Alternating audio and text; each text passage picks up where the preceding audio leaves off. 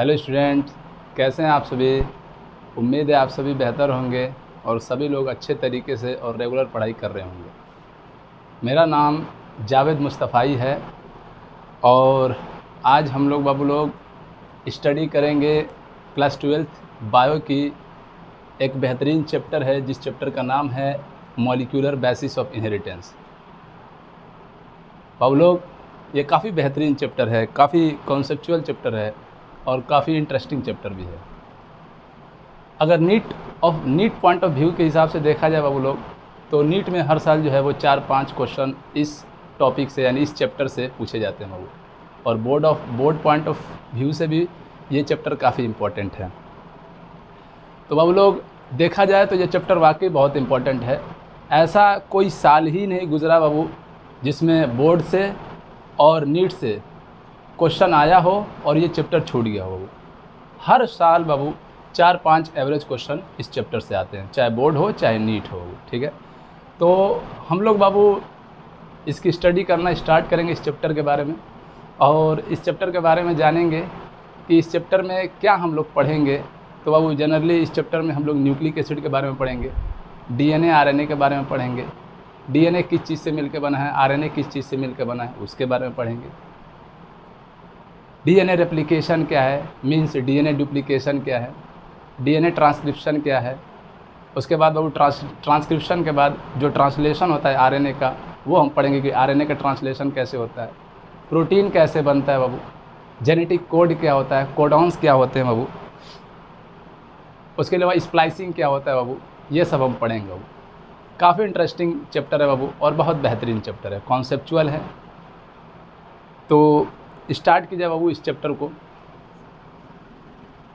बाबू इस चैप्टर का नाम ही है मॉलिक्यूलर बेसिस ऑफ इनहेरिटेंस, और इस चैप्टर में मेनली पूरा का पूरा जो है डीएनए और आरएनए के बारे में ही पूरी स्टडी की गई है।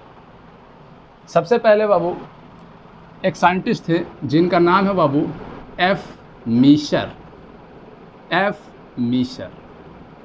बाबू ये वो साइंटिस्ट हैं जिन्होंने सबसे पहले पस सेल के अंदर पस सेल के न्यूक्लियस के अंदर एक एसिडिक मटेरियल की डिस्कवरी की थी, और उस एसिडिक मटेरियल का नाम न्यूक्लियन रखा था बाबू। ज़रा आप देखेंगे बाबू, उन्होंने पस सेल के अंदर, पस सेल का क्या मतलब बाबू, एक्चुअली बाबू जो उन्होंने सेल, एफ मीशर ने जो सेल एक्सट्रैक्ट किया था वो पस से एक्सट्रैक्ट किया था। यानी पस मतलब होता है बाबू, हिंदी इसका जो मीनिंग है वो है मवाद।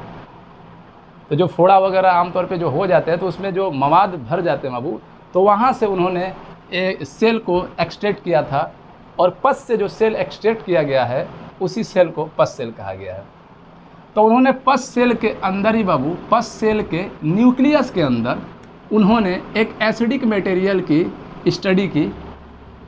उन्होंने ऑब्ज़र्व किया कि भाई साहब पस सेल के न्यूक्लियस के अंदर एक एसिडिक मटेरियल है, एसिडिक नेचर रखने वाला मटेरियल है, और इसी एसिडिक नेचर रखने वाले मटेरियल का नाम उन्होंने क्या दिया बाबू, न्यूक्लियन दिया।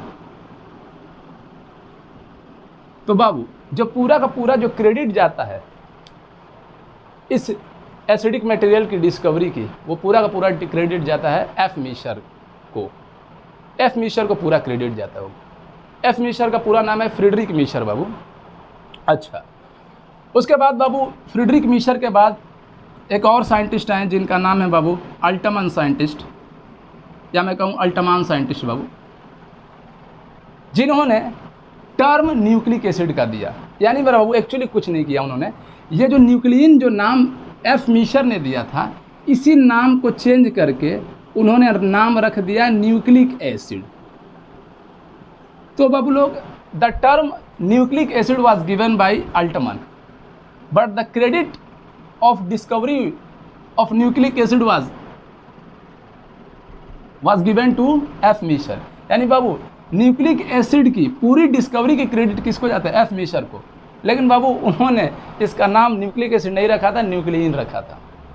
वो तो बाबू अल्टमन नाम के साइंटिस्ट ने इस न्यूक्लियन नाम को चेंज करके न्यूक्लिक एसिड रखा। तो बाबू the term nucleic acid was given by Altmann, but the credit of discovery of nucleic acid was given to F Miescher. ठीक है बाबू लोग, चलिए तो इसके बारे में हमने बात की हमारा बाबू। कि न्यूक्लिक एसिड जो है वो सेल के न्यूक्लियस के अंदर प्रेजेंट होता है। यस बाबू, न्यूक्लिक एसिड जो है वो सेल के न्यूक्लियस के अंदर प्रेजेंट होता है। अब ये न्यूक्लिक एसिड क्या है बाबू, तो इसके बारे में हम लोग स्टडी करेंगे कि ये न्यूक्लिक एसिड क्या है। मेरे बाबू लोग, जब इसकी स्टडी की गई न्यूक्लिक एसिड की, तो पाया गया बाबू कि न्यूक्लिक एसिड एक लॉन्ग चेन मॉलिक्यूल है बाबू। जिस तरीके से प्रोटीन एक लॉन्ग चेन मॉलिक्यूल है, सेलुलोज, ग्लाइकोजन, स्टार्च, ये सब के सब लॉन्ग चेन मॉलिक्यूल है। काफ़ी बड़े बड़े मॉलिक्यूल चेन है मेरे बाबू, और ये छोटे छोटे यूनिट से मिलकर बने होते हैं। सेलुलोज भी मेरे बाबू जो है वो बीटा ग्लूकोज यूनिट से मिलकर बना हुआ है। ग्लाइकोजन, स्टार्च, ये भी स्टार्च एंड ग्लाइकोजन, ये भी बाबू अल्फा ग्लूकोज यूनिट से मिलकर बने हुए हैं। प्रोटीन्स की बात करें बाबू, तो प्रोटीन्स जो है वो अमाइनो एसिड यूनिट से मिलकर बने हुए हैं। न्यूक्लिक एसिड की बात करें बाबू, तो न्यूक्लिक एसिड भी एक लॉन्ग चेन मॉलिक्यूल है, एक मैक्रो मॉलिक्यूल है, बड़े साइज का मॉलिक्यूल है। ये बना हुआ मेरा बाबू न्यूक्लियोटाइड यूनिट से। तो न्यूक्लिक एसिड जो है बाबू वो न्यूक्लियोटाइड यूनिट से मिलकर बना हुआ होता है। खैर, इसके बारे में बड़ा डिटेल बात करेंगे हम लोग। जरा बात करते हैं बाबू हम लोग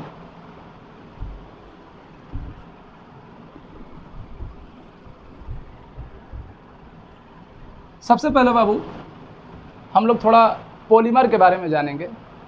थोड़ी बहुत जान लिया जाए पॉलीमर के बारे में। पॉलीमर के बारे में जानेंगे, होमोपॉलीमर, हेटेरोपॉलीमर, मोनोमर, इनके बारे में जानेंगे बाबू। पॉलीमर के बारे में थोड़ा हम लोग जान जाएं बाबू। जब ये हम लोग समझ लेंगे पॉलीमर के बारे में, तो प्रोटीन को भी थोड़ा समझना आसान हो जाएगा, सेलुलोज, स्टार्च, ग्लाइकोजन को भी समझना आसान हो जाएगा, और न्यूक्लियोटाइड को भी समझना आसान हो जाएगा बाबू लोग।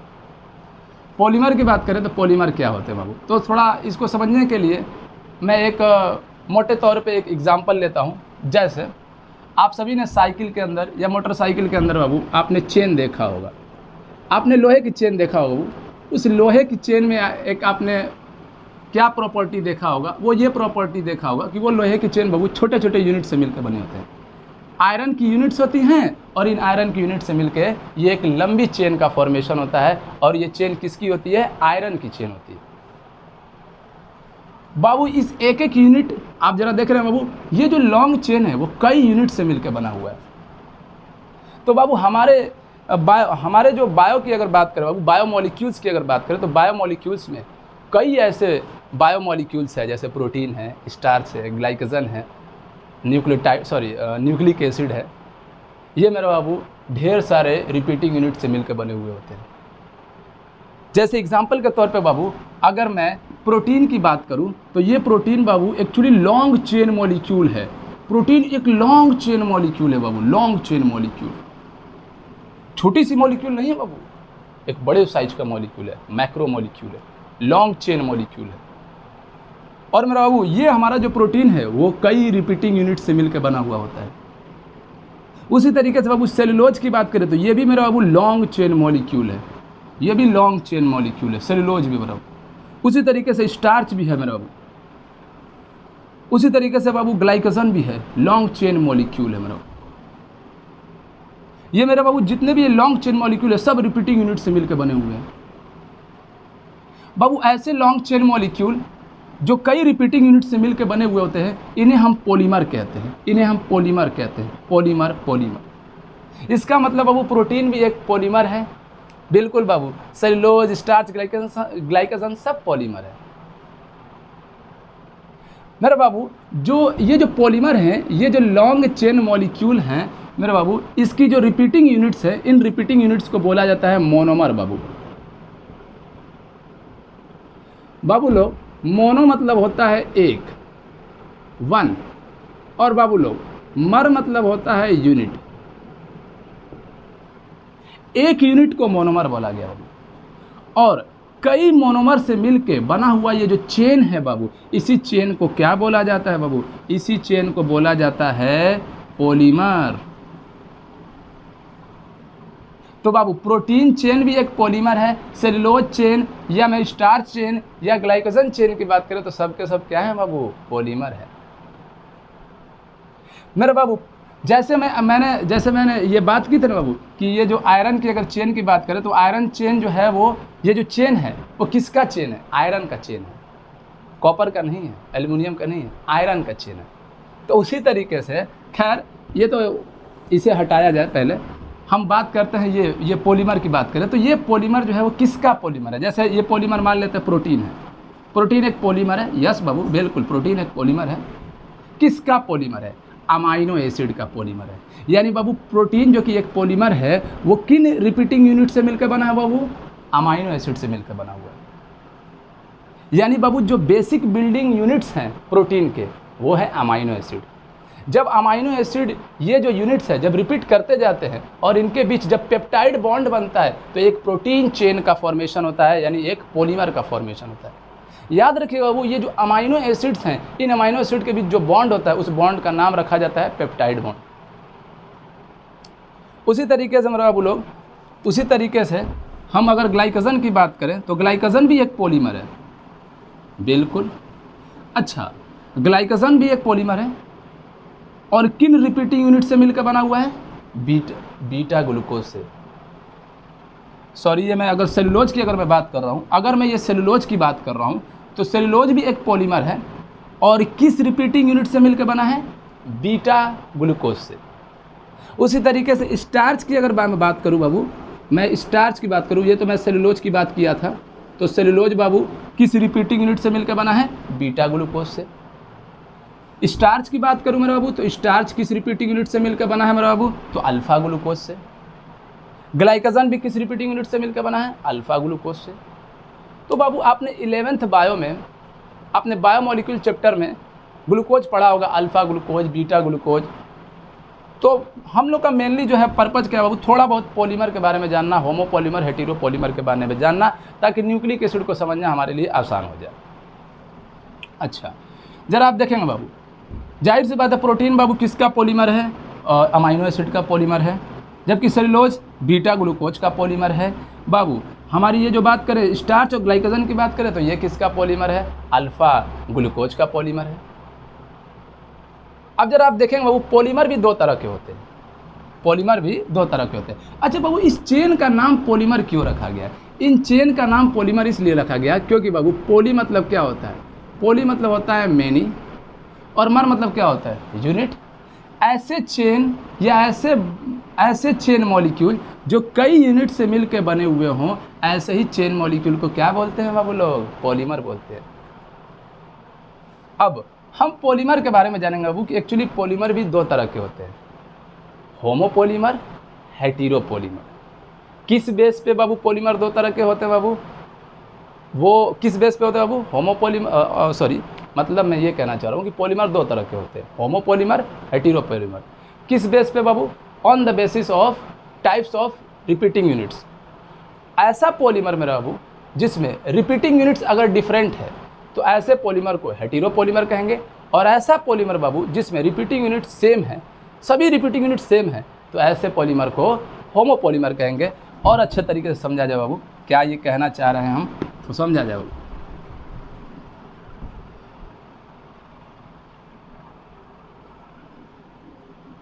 बाबू पॉलीमर की बात करें तो पॉलीमर मेनली दो तरह के होते हैं बाबू, होमोपॉलीमर और बाबू लोग हेटेरोपॉलीमर।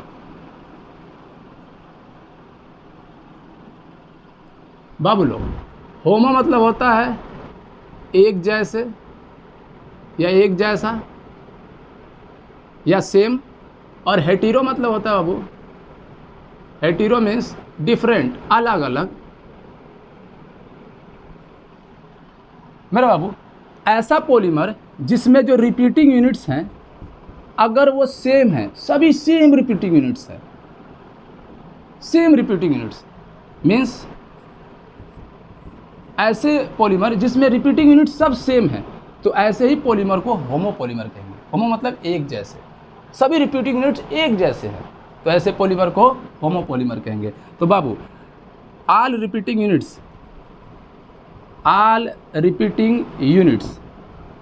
और इन रिपीटिंग यूनिट्स को क्या बोला जा रहा है बाबू? मोनोमर बोला जा रहा है। यानी all monomers are same, all repeating units are same. तो ऐसे पॉलीमर जिसमें सभी रिपीटिंग यूनिट सेम है, ऐसे ही पॉलीमर को होमोपॉलीमर कहेंगे बाबू। ठीक है, होमो मतलब ये होता है एक जैसे रिपीटिंग यूनिट्स है।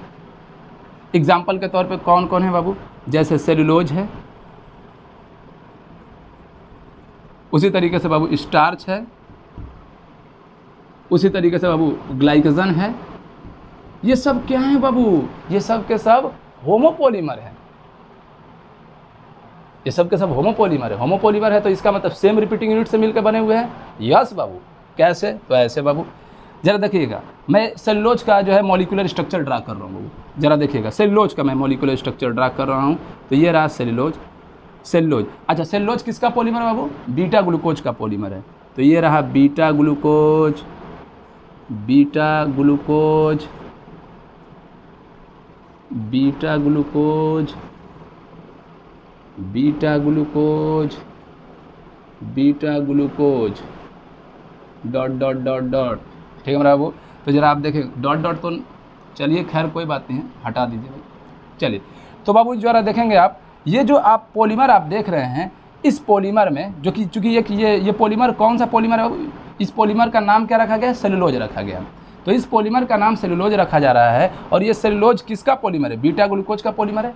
आप सेलुलोज के मॉलिक्यूलर स्ट्रक्चर में जरा ध्यान, थोड़ा ध्यान आप दें बाबू। तो इसमें सभी जो रिपीटिंग यूनिट है सब क्या है, सेम है, beta glucose, beta glucose, beta glucose, beta glucose, beta glucose. तो बाबू ऐसे पॉलीमर जिसमें रिपीटिंग यूनिट सेम हो, ऐसे ही पॉलीमर को क्या बोलेंगे, होमोपॉलीमर। तो बाबू सेलुलोज जो है वो बीटा ग्लूकोज का होमोपॉलीमर है। उसी तरीके से स्टार्च को अब मैं ड्रा कर रहा हूँ, मैं स्टार्च को ड्रा कर रहा हूँ। ये तो भाई साहब सेलुलोज था, अब मैं स्टार्च को ड्रा कर रहा हूँ, यानी स्टार्च के मॉलिक्यूलर स्ट्रक्चर को ड्रा कर रहा हूँ। तो बाबू ये रहा अल्फा ग्लूकोज। स्टार्च जो है वो किसका होमोपॉलीमर है बाबू, अल्फा ग्लूकोज का होमोपॉलीमर है। किसका होमोपॉलीमर है, अल्फा ग्लूकोज का होमोपॉलीमर है बाबू।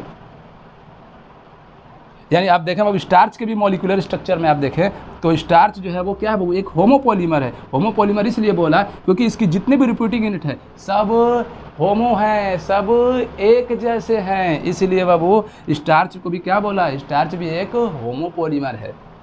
सेलुलोज भी होमोपॉलीमर है, ग्लाइकोजन भी उसी तरीके से होमोपॉलीमर है।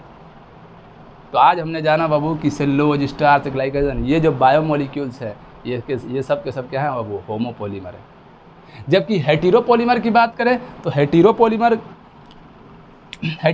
की क्या प्रॉपर्टी है बाबू, तो हेटेरोपॉलीमर ये वो पॉलीमर होते हैं जिसमें जो रिपीटिंग यूनिट्स होते हैं सब अलग अलग प्रकार के होते हैं बाबू। जैसे प्रोटीन की बात करें बाबू, तो प्रोटीन एक हेटेरोपॉलीमर है, किसका, different kinds of amino acid का।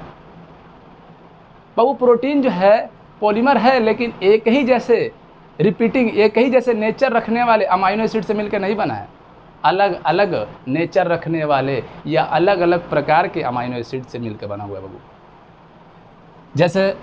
जैसे देखिए आप बाबू, ये रहा अमाइनो एसिड, अच्छा दूसरा अमाइनो एसिड को ये रहा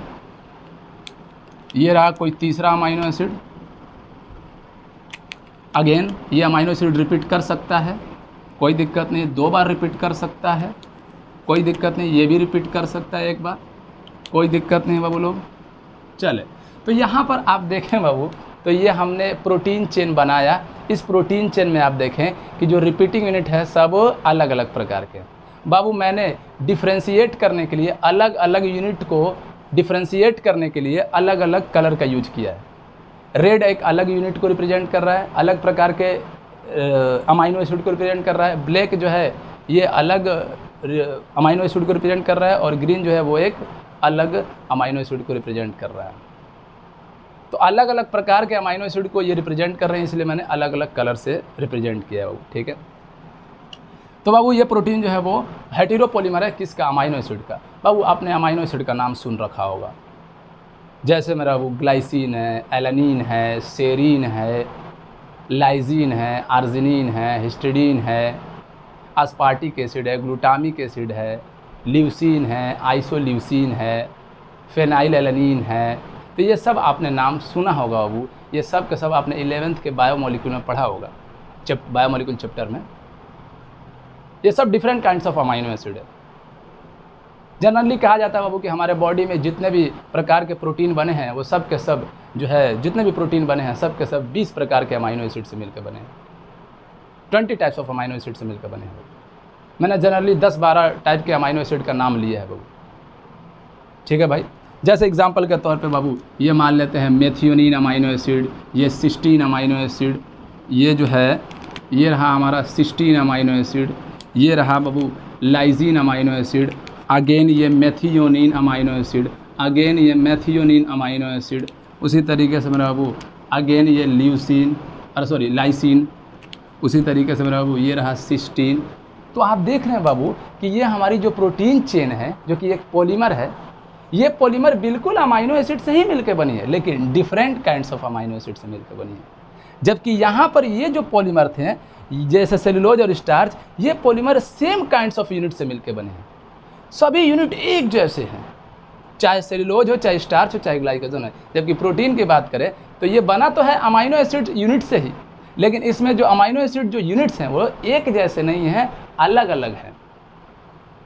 ऐसे पॉलीमर जिसमें बाबू रिपीटिंग यूनिट्स अलग अलग प्रकार के हों, ऐसे ही पॉलीमर को हेटेरोपॉलीमर कहा जाता है। तो बाबू बताइए अब तो बताइए बाबू लोग, प्रोटीन जो है वो किसका हेटेरोपॉलीमर है? Different kinds of amino acid का हेटेरोपॉलीमर है। यानी मेरा बाबू जो प्रोटीन है वो अमाइनो एसिड का हेटेरोपॉलीमर है। तो दिस इज अ प्रोटीन, और प्रोटीन किसका पॉलीमर है?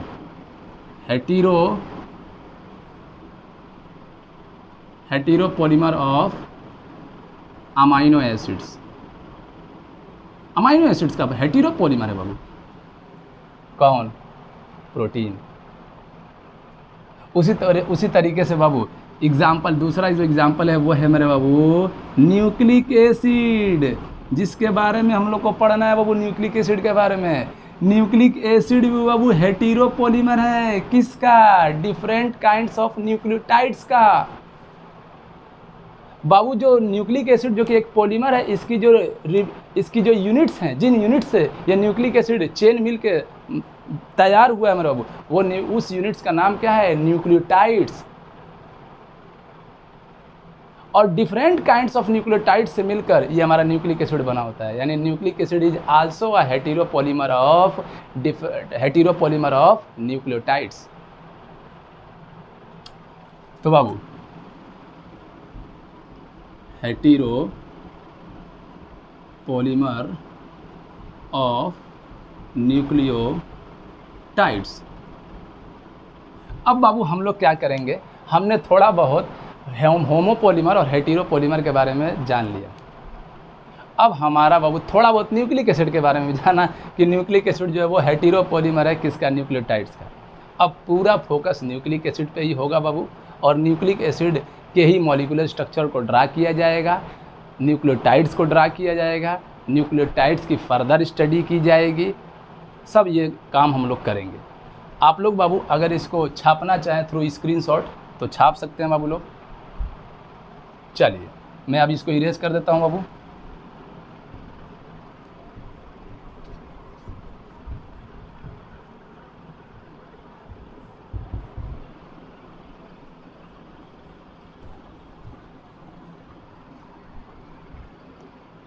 देखिए बाबू लोग, ये रहा सेल और ये रहा सेल के न्यूक्लियस के अंदर न्यूक्लिक एसिड। देखिए बाबू जनरली क्या मैं कहूँ, नेचर में दो प्रकार के न्यूक्लिक एसिड एग्जिस्ट करते हैं,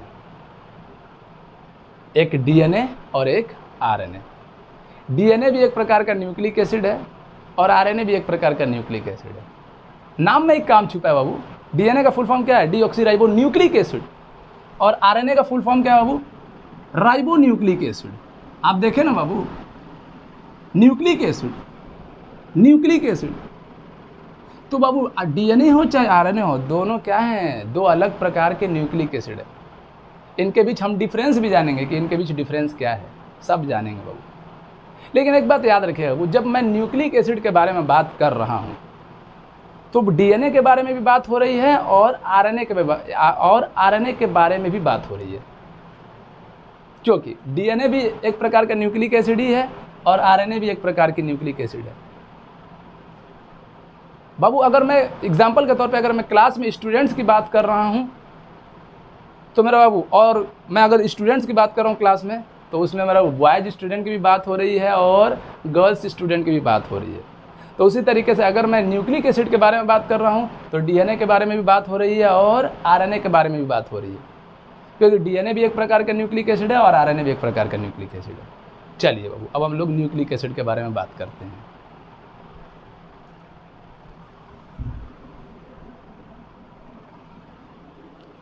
बाबू जरा आप देखेंगे, जब न्यूक्लिक एसिड की स्टडी की गई तो पाया गया कि न्यूक्लिक एसिड एक लॉन्ग चेन मॉलिक्यूल है।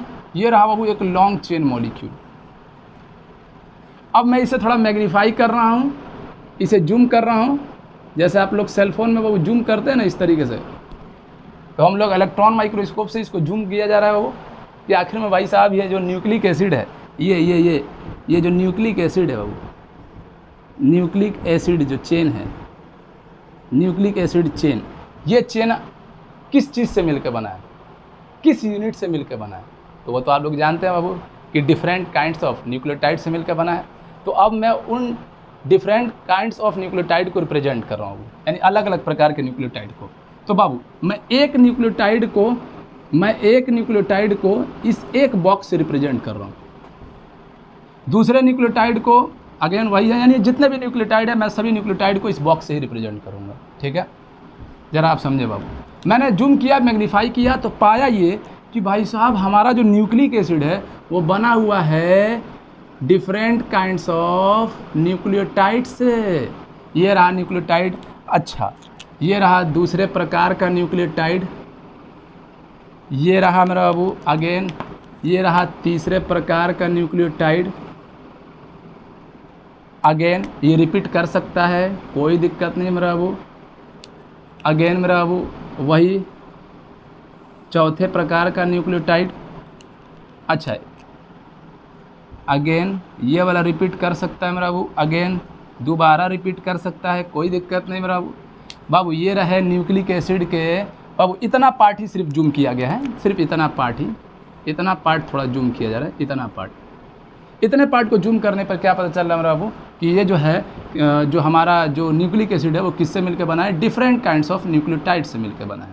और ये न्यूक्लियोटाइड्स बाबू आपस में फॉस्फोडाइस्टर बॉन्ड के थ्रू जुड़े हुए होते हैं। बिल्कुल बाबू, ये जो यूनिट्स हैं, इन यूनिट्स का आपस में बॉन्ड के थ्रू जुड़े रहना बहुत ज़रूरी है।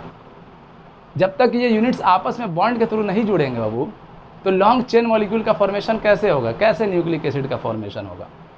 तो बाबू न्यूक्लिक एसिड में जो न्यूक्लियोटाइड्स हैं, ये सभी न्यूक्लियोटाइड्स आपस में फॉस्फोडाइस्टर बॉन्ड के थ्रू जुड़े हुए होते हैं। बाबू फॉस्फोडाइस्टर बॉन्ड कैसे बनता है सब बताएंगे बाबू, बड़ा मज़ा आएगा। कैसे बनता है फॉस्फोडाइस्टर बॉन्ड सब बताया जाएगा।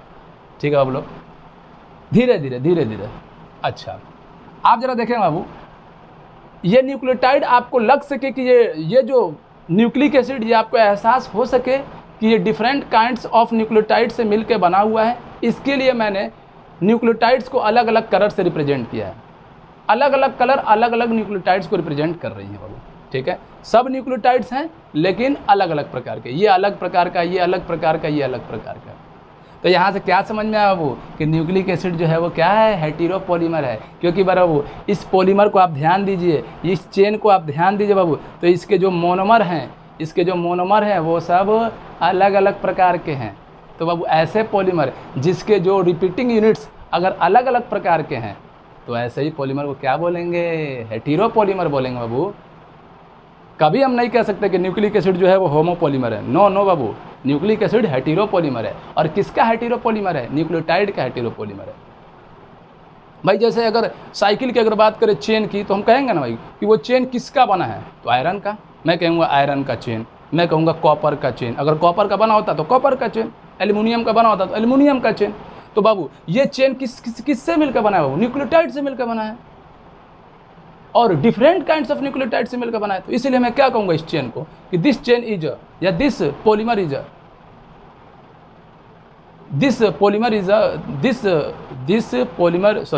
मतलब मैं ये कहना चाह रहा हूँ कि ये जो चेन है, मैं इसे क्या कहूँगा कि this is a heteropolymer of nucleotides.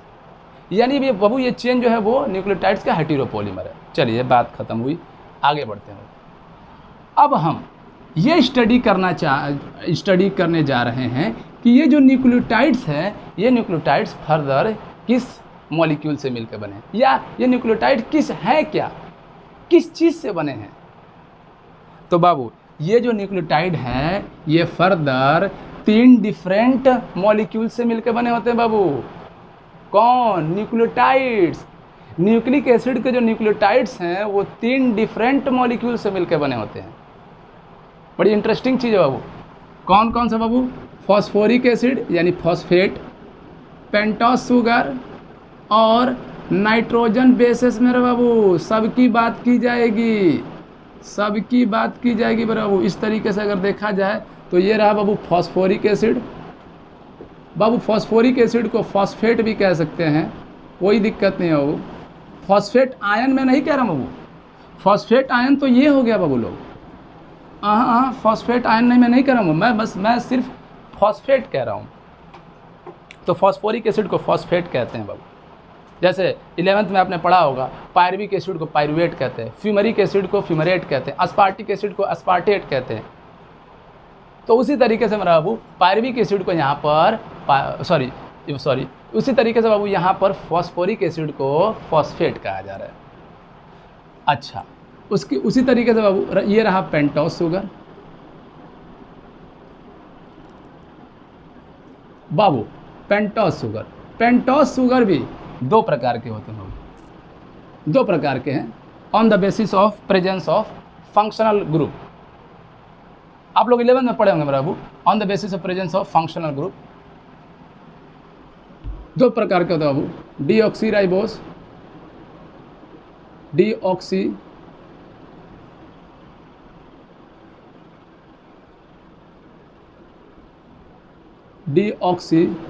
Ribose pentose sugar and ribose pentose sugar. बाबू डीऑक्सी राइबोस पेंटोस शुगर और राइबोस पेंटोस शुगर में स्लाइड सा डिफरेंस है। वो डिफरेंस क्या है वो हम बात करेंगे। तो बाबू पेंटोस शुगर 2 प्रकार के होते हैं, पेंटोस शुगर 2 प्रकार के हैं, डीऑक्सी राइबोस पेंटोस शुगर और राइबोस पेंटोस शुगर। एक बात याद रखें बाबू, राइबोस पेंटोस शुगर आरएनए के न्यूक्लियोटाइड से प्रेजेंट होता है, जबकि deoxy ribose pentose sugar DNA के न्यूक्लियोटाइड में प्रेजेंट होता है। चूंकि बाबू deoxy ribose pentose sugar DNA के न्यूक्लियोटाइड में प्रेजेंट होता है, इसलिए डीएनए का नाम ही रखा गया है डीऑक्सी राइबो न्यूक्लिक एसिड। बाबू deoxy ribose pentose sugar DNA के न्यूक्लियोटाइड में प्रेजेंट है, इसलिए डीएनए का नाम रखा गया है डीऑक्सी राइबो न्यूक्लिक एसिड। और वो न्यूक्लिक एसिड जिसके न्यूक्लियोटाइड में राइबोस पेंटोस शुगर पाया जाए, ऐसे ही न्यूक्लिक एसिड का नाम रखा गया है आरएनए राइबो न्यूक्लिक एसिड। और वो न्यूक्लिक एसिड जिसके न्यूक्लियोटाइड्स में डीऑक्सी राइबोस पेंटोस शुगर पाया जाए, ऐसे न्यूक्लिक एसिड का नाम रखा गया है डीएनए। नाम में ही काम छिपा बाबू, DNA deoxy ribo nucleic acid, यानी ये वो न्यूक्लिक एसिड है जिसके न्यूक्लियोटाइड्स में डीऑक्सी राइबोस पेंटोस शुगर पाया जा रहा है। और नाम में ही काम छिपा है राइबो न्यूक्लिक एसिड आरएनए, यानी ये वो न्यूक्लिक एसिड है जिसके न्यूक्लियोटाइड में राइबोस पेंटोस शुगर पाया जाता है। चलिए बाबू अब आगे बढ़ते हैं बाबू, नाइट्रोजन बेसेस। बाबू नाइट्रोजन बेसेस किसे कहते हैं बाबू? तो जरा देखें बाबू, ऐसे कंपाउंड या ऐसे मॉलिक्यूल जो कम से कम अगर एक नाइट्रोजन एटम से भी मिलकर बना हुआ है, तो हम कह सकते हैं कि ये कंपाउंड या ये मॉलिक्यूल जो है वो नाइट्रोजन बेस्ड कंपाउंड है या नाइट्रोजन बेस्ड मॉलिक्यूल है। बाबू नाइट्रोजन बेसेस ये वो मॉलिक्यूल हैं जो नाइट्रोजन एटम से बने हुए हैं। हालांकि इसमें कार्बन एटम भी है, लेकिन इसमें नाइट्रोजन एटम है बाबू। और मैंने अभी जस्ट बताया बाबू कि नाइट्रोजन बेस्ड मॉलिक्यूल हैं क्या। सिंपली वो मॉलिक्यूल या वो कंपाउंड जो कम से कम अगर एक नाइट्रोजन एटम से भी मिलकर बने हुए हैं, तो हम कह सकते हैं कि वो कंपाउंड या वो मॉलिक्यूल क्या है, नाइट्रोजन बेस्ड मॉलिक्यूल है। तो बाबू ये जो नाइट्रोजन बेसेस है ना, वो एक्चुअली नाइट्रोजन बेस्ड मॉलिक्यूल है, या मैं कहूँ नाइट्रोजन बेस्ड कंपाउंड है। तो बाबू nitrogen bases actually nitrogen based molecule है। और इस तरीके से 5 प्रकार के नाइट्रोजन बेस्ड मॉलिक्यूल है, और इन्हीं नाइट्रोजन बेस्ड मॉलिक्यूल को सिंपल वर्ड्स में नाइट्रोजन बेसेस कहा जा रहा है। वो 5 प्रकार के कौन है बाबू? तो वो है मेरा बाबू साइटोसिन,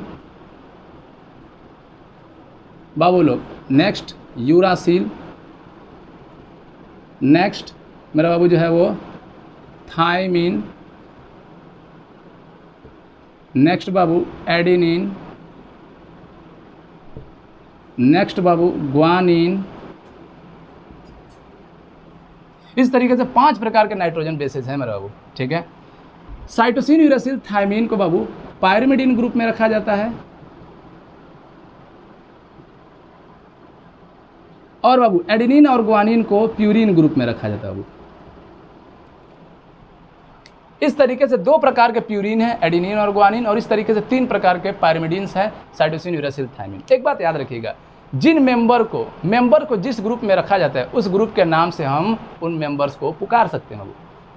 जैसे हम लोग इंडिया से बिलोंग करते हैं तो हम सभी को इंडियंस कहा जाता है, अगर अमेरिका से बिलोंग करते हैं तो सभी को अमेरिकन, सभी सिटीजन को अमेरिकन्स कहते हैं। इंडिया से बिलोंग करने वाले जितने सिटीजन हैं सबको इंडियंस कहते हैं बाबू। उसी तरीके से पायरिमिडीन ग्रुप से बिलोंग करने वाले जितने भी नाइट्रोजन बेसेस हैं इन्हें क्या कहेंगे? पायरिमिडीन्स कहा जाएगा। प्यूरिन ग्रुप से बिलोंग करने वाले जितने भी मेंबर्स हैं इन्हें क्या कहा जाएगा? प्यूरिन्स कहा जाएगा। तो ये 2 अलग प्रकार के प्यूरिन है, एडेनिन, ग्वानिन, और ये 3 अलग प्रकार के पायरिमिडीन्स है हमारा। क्या बात है, क्या वजह है कि इन्हें पायरिमिडीन कहा गया और क्या वजह इन्हें प्यूरिन कहा गया है? तो इनके मॉलिक्यूलर स्ट्रक्चर में ये राज छिपा है बाबू, अभी जस्ट हम पढ़ने जा रहे हैं, ठीक है। तो अब हम लोग जा रहे हैं बाबू पायरिमिडीन को पढ़ने और प्यूरिन को पढ़ने, ठीक है बाबू। लोग लिखना हो बाबू लिख लीजिए, आप लोग स्क्रीनशॉट ले सकते हैं आप लोग। चलें बाबू लोग,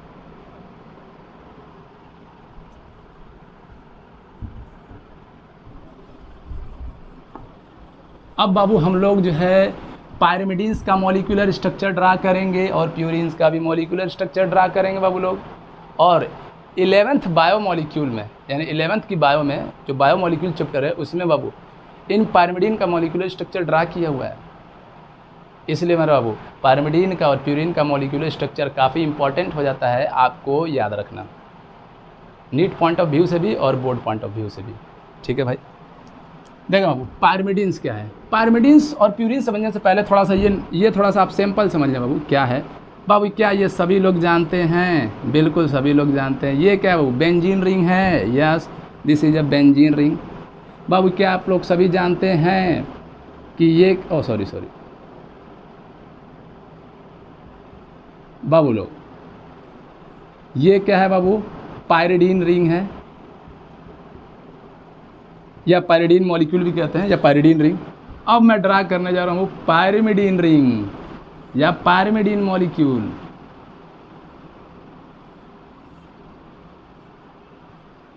ये रहा मेरे बाबू लोग पायरिमिडीन, यही है पायरिमिडीन।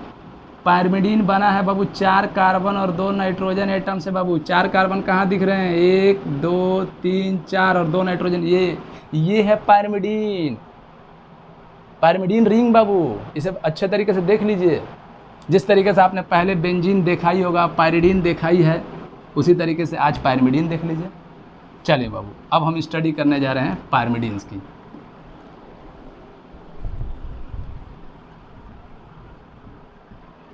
चले बाबू, मैं पायरिमिडीन्स की स्टडी करूंगा।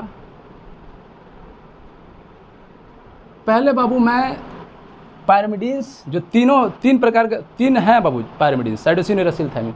पहले मैं तीनों नाइट्रोजन बेसेस का मॉलिक्यूलर स्ट्रक्चर ड्रा कर लेता हूँ, उसके बाद इसके बारे में बात करता हूँ। तो ये रहा बाबू साइटोसिन,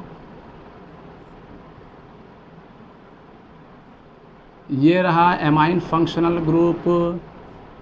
अब ये हो गया पूरा कीटोन फंक्शनल ग्रुप। ये रहा साइटोसिन। अच्छा, यहाँ से ये रहा हाइड्रोजन मेरा बाबू, ये रहा साइटोसिन। नंबरिंग करेंगे हम लोग आगे।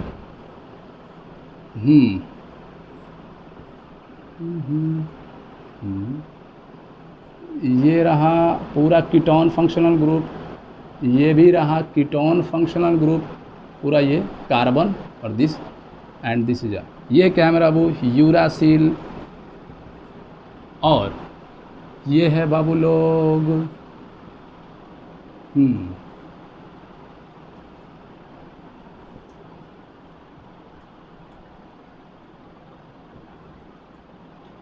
ये रहा मेरा बाबू थायमीन, ठीक है मेरा बाबू थायमीन। ठीक, अब जरा आप देखेंगे बाबू लोग, बाबू साइटोसिन, यूरेसिल और थायमिन, नंबरिंग कर देते हैं, 1 2 3 4 5 6, अगेन 1 2 3 4 5 6, 1 2 3 4 5 6, ठीक है बाबू। साइटोसिन, यूरेसिल, थायमिन, इन तीनों को बाबू पायरिमिडीन्स क्यों कहा गया बाबू? इनके मॉलिक्यूलर स्ट्रक्चर में ही साफ दिख रहा है बाबू। अरे बाबू ये तीनों के तीनों जो नाइट्रोजन बेसिस है, क्या तीनों के मॉलिक्यूलर स्ट्रक्चर में पायरिमिडीन रिंग्स है? यस मेरा बाबू। तो वो नाइट्रोजन बेसिस जिनके मॉलिक्यूलर स्ट्रक्चर में पायरिमिडीन रिंग प्रेजेंट हो, तो ऐसे ही मेरा वो नाइट्रोजन बेसिस को किस ग्रुप में रखा गया है? पायरिमिडीन ग्रुप में रखा गया है, और इन्हें पायरिमिडीन्स कहा जाता है मेरा वो। इसलिए कहा जाता है क्योंकि इनके मॉलिक्यूलर स्ट्रक्चर में पायरिमिडीन रिंग होता है, इसलिए इन साइटोसिन, यूरेसिल, थायमिन को पायरिमिडीन कहा जाता है। अच्छा, ये पायरिमिडीन किस मामले में, यानी तीनों जो नाइट्रोजन बेसिस हैं वो किस मामले में सेम है? तो बाबू पायरिमिडीन रिंग रखने के मामले में तो सेम है, लेकिन किस मामले में डिफर है? फंक्शनल ग्रुप रखने के मामले में डिफर है। इस साइटोसिन के पास अलग फंक्शनल ग्रुप है, इसके पास amine functional group, ketone functional group, इसके पास दो कीटोन ग्रुप फंक्शनल ग्रुप, और इसके पास 2 कीटोन फंक्शनल ग्रुप और एक मिथाइल सब्स्टिट्यूएंट्स है।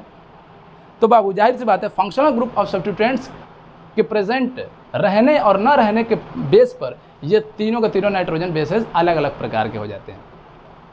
और सिमिलरिटी क्या है? सिमिलरिटी यह है कि तीनों में बाबू सेम पायरिमिडीन रिंग है, इसलिए तीनों को बाबू पायरिमिडीन्स कहा गया। और अलग अलग प्रकार के ये पायरिमिडीन क्यों हो गए? क्योंकि इनमें जो फंक्शनल ग्रुप है वो अलग अलग है। सब्स्टिट्यूएंट्स मिथाइल अलग है भाई, इनमें है ही नहीं मिथाइल सब्स्टिट्यूएंट्स, जबकि इसमें है। चलिए मेरा बाबू जरा आप देखें बाबू, थायमीन को बाबू 5 मिथाइल यूरेसिल भी कहा जाता है।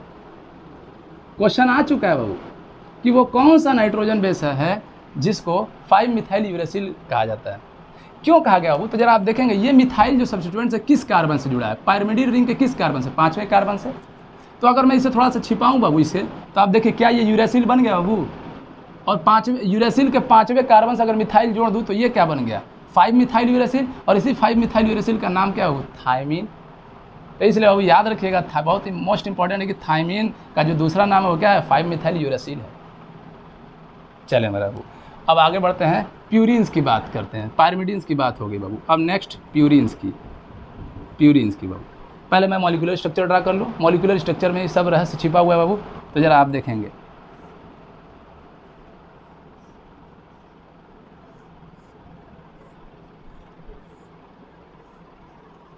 बाबू ये रहा। अच्छा, ये मैं ड्रा करने जा रहा हूँ बाबू एडेनिन को। एडेनिन को ड्रा करने जा रहा हूँ मेरा बाबू, ठीक है मेरा बाबू। उसी तरीके से ये रहा ग्वानिन,